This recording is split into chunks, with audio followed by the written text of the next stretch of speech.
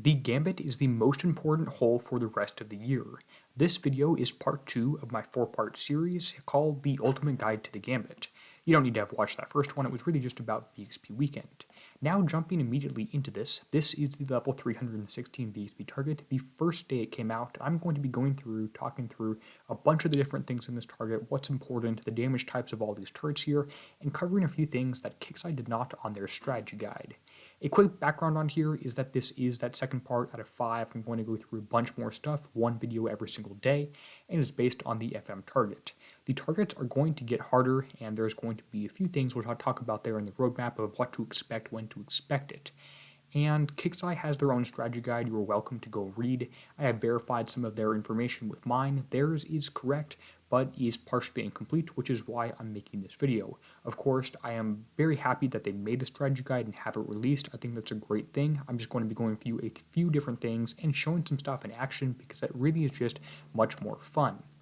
Now, the first thing we're going to go through is the Executioner missile right here. That is this large one, there's this missile one I'm shift-clicking on right now, and this has a fairly large range. It does outrange you, so you are going to get hit by it. Right now everything is distracted and is being hit by the drones. This is able to be countered with countermeasures, but only ones that are damage type anti-missile, which means Missile Defense System 3. Sprints do not work at all on this target, on this turret, against this turret. And it also does have that king killer mechanic we have seen a few times before, which means that it targets the ship with the highest health out there. So it's going to shoot, if you have one ship at half health closer, it's going to shoot at the full health ships further away, which was one of those things that Kixeye wasn't listing. Now, a few other things listed on here is that evade does work against this turret. It is accuracy based, it has no splash, and it's just going to target the highest health ship here. Nothing too fancy here, just try and distract it, get one salvo sent towards the drones, and then use your countermeasures. You really only need one MDS-3 against one of these turrets at maximum. I would go with no more than 2 on the fleet in total. Moving on to sort of its cousin here, this is the Deadeye Executioner, which is this turret right here. And this turret is much more interesting because it cannot be countermeasured at all. It is pretty much a carbon copy, except the damage numbers may be changed around a little bit. As you can see right there, not countermeasured, and it just shot at me. Nothing I could do to prevent that. It's going to hit you, it's going to do quite a bit of damage, and you can't countermeasure it. This is one of the examples of guaranteed damage in these targets. And by the way, it does go over mountains. If I don't list block by mountains, it goes over them. That one went over pretty clearly, as you could see. There are often multiple per platform right here. This is a fairly high threat in the target, all things considered. Next up is a very low threat, which is this heavy missile right here. I'm actually going to go get down towards the bottom of the target here and press S, auto it, and go up, because you can outrange this turret even on auto, which is fantastic. It really is just a bad penalty if you drive. It is a short-range missile. It may have King Killer, I'm not quite sure. It goes over mountains, interestingly. It is located close to mountains only a few times right here. But this should not be a threat at all because you shouldn't ever be taking damage from it. You outrange it very, very easily. Don't worry about it right here. I guess it's just in here to kill the drones, but it's perfectly fine. Very short range. Just stop, kill it. It's actually most useful for splashing across to other things when it's not blocked by mountains. Moving directly into number 6 here, this is a much more interesting and harder to mitigate, but still possible. This is the explosive turret, the D99S. And this does outrange you by about the same margin as the Deadeye and the regular Executioner, but no countermeasures work against this. It's a rocket, but sprints do not work against this, tridents do not work against this. Don't try, you'll be sad. It is blocked by mountains, which is nice. You can see if I get close or if my drones get close, it's going to fire at the mountains, which just about right there, you can see it turned around here. So it gets blocked by mountains, which is huge, which means if I go from this angle right here and I get close to it, I can splash out that entire turret here and take it down. You can see the very bright orange projectiles here, and that works great. The splash value, on the other hand, may be very high. If I park right here with the turret right there, it may actually splash from one side of the mountain to the other. Their projectiles seem to be able to splash over those fairly well. Other than that, it's your standard dumbfire rocket.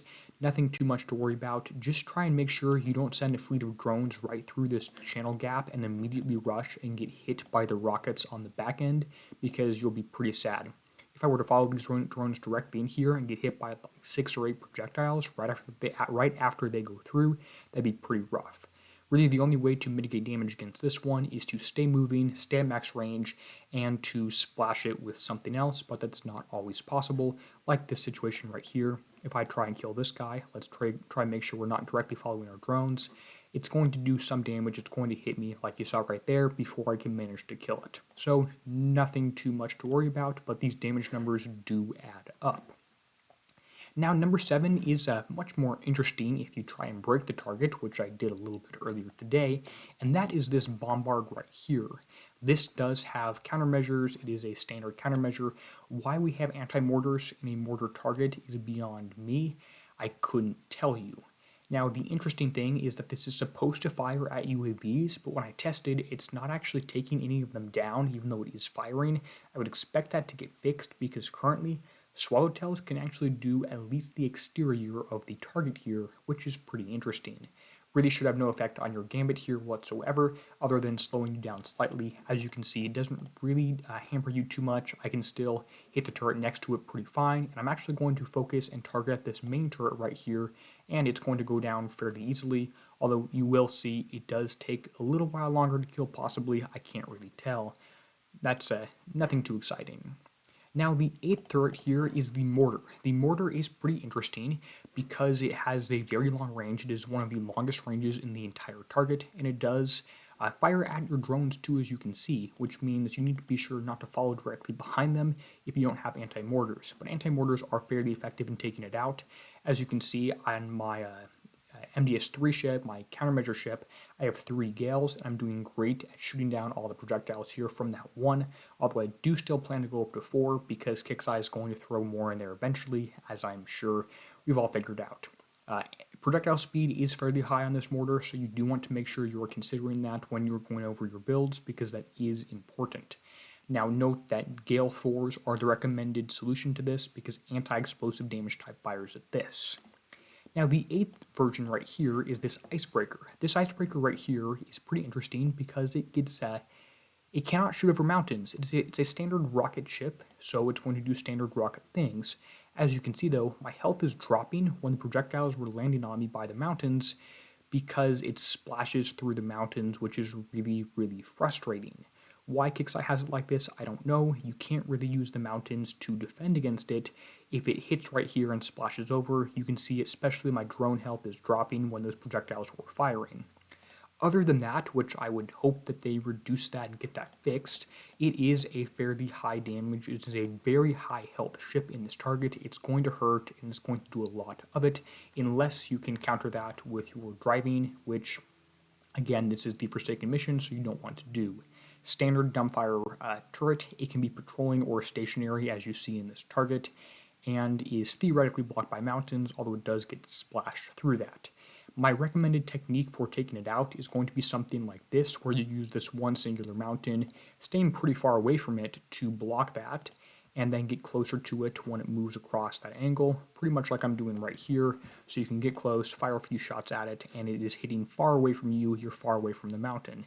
Note that it is a very high health ship, and it is still moving, and my ships don't kill it even though they are all the way ranked and are pretty much all the way built. You also have to run away quickly because that angle changes pretty rapidly, so it's going to hit through the mountain again. The Icebreaker is one of the hardest things in this target, especially if you are going on auto and you can't really do anything about it, although, like I said, it does go down. It does like to patrol in ways that are hard to use mountains against it, at least in the 316. Well, this is about it. That was the 9 elements of the target right here. I went through all of them. I hope this video did help you. If it did, like I said on the sort of background thing at the beginning, I will have more videos coming out here. I made the VXP one yesterday. This is the target Recon. I have 3 more coming up here, so make sure you subscribe if you want to see those. And of course, I want to go ahead and say a huge thank you to everyone whose name appears on screen now. These are the channel members who are supporting. This is the best way to support directly and make sure that I'm still around here making these YouTube videos. With that said, and until next time, this is going to be Derpy signing out, helping you be a better pirate.